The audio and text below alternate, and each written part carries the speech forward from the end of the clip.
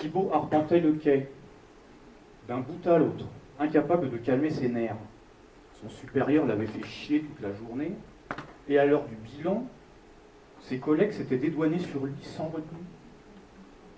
Les intermédiaires passaient leur temps à magouiller, à placer des clauses incompréhensibles dans les contrats, pour gratter le moindre centime, chacun le savait. Mais lorsque son entreprise sortait pour une fois perdante d'une signature, la faute lui en revenait. Et ça à peine ne suffisait sûrement pas à compenser le niveau de frustration et d'impuissance ressentie. Paul serait la seule promotion de l'année. Paul. L'annonce avait été faite devant des employés médusés par cette reconnaissance de la plus pure incompétence. Thibaut ne pouvait même pas se défouler en jetant sa mallette, en frappant contre les murs. Le moindre papier perdu, ou une tablette cassée, équivalait à la perte de précieuses informations commerciales. Il était donc prié de porter le poids de son échec à bout de bras. Bonsoir, monsieur, où est-ce que vous allez ? À force de ruminer sa journée, Thibaut était parvenu, sans s'en rendre compte, au-delà du quai. Avait descendu la pente qui menait aux zones laissées vacantes, rendue à une végétation touffue, peu concernée par le passage de trains décommandés depuis longtemps. D'anciens rails, entourés de structures métalliques à l'utilité incertaine, attestaient d'une activité d'un autre âge. Pourtant, un homme se tenait bien là, en uniforme.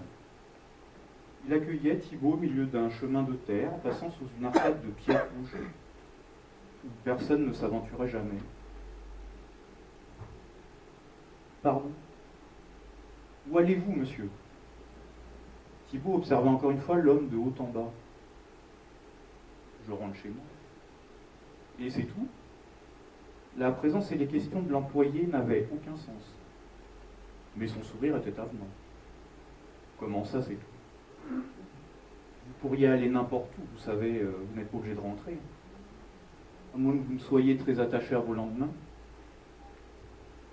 Les pages de son agenda défilèrent devant les yeux de Thibaut. Prochainement, il lui faudrait négocier avec les Coréens, les Allemands, les Japonais, les Danois, les Québécois, les Canadiens, quelques Péruviens, et surtout les Chinois, qui adorait le faire mariner, et à chaque report de la date, son supérieur lui rappelait son manque de fermeté et de courage.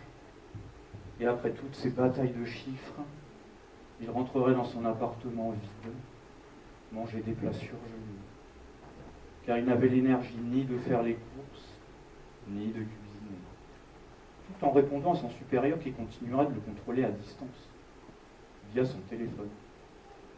Il y revenait chaque jour, inlassablement. Je peux vous donner un ticket, il suffit de me donner une destination. Mais combien est-ce que ça coûte ? À tout dépend à quel point vous voulez partir.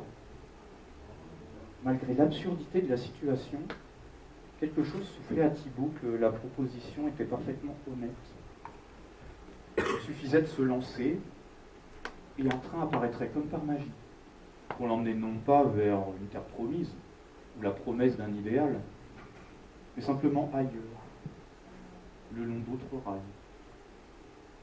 Alors qu'il se trouvait à cette croisée des chemins, l'imagination de Thibaut lui fit défaut.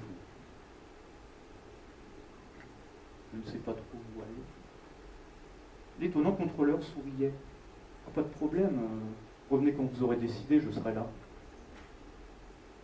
L'annonce de l'entrée d'un train en gare attira l'attention de Thibaut. Quand il tourna à nouveau la tête, le contrôleur avait disparu.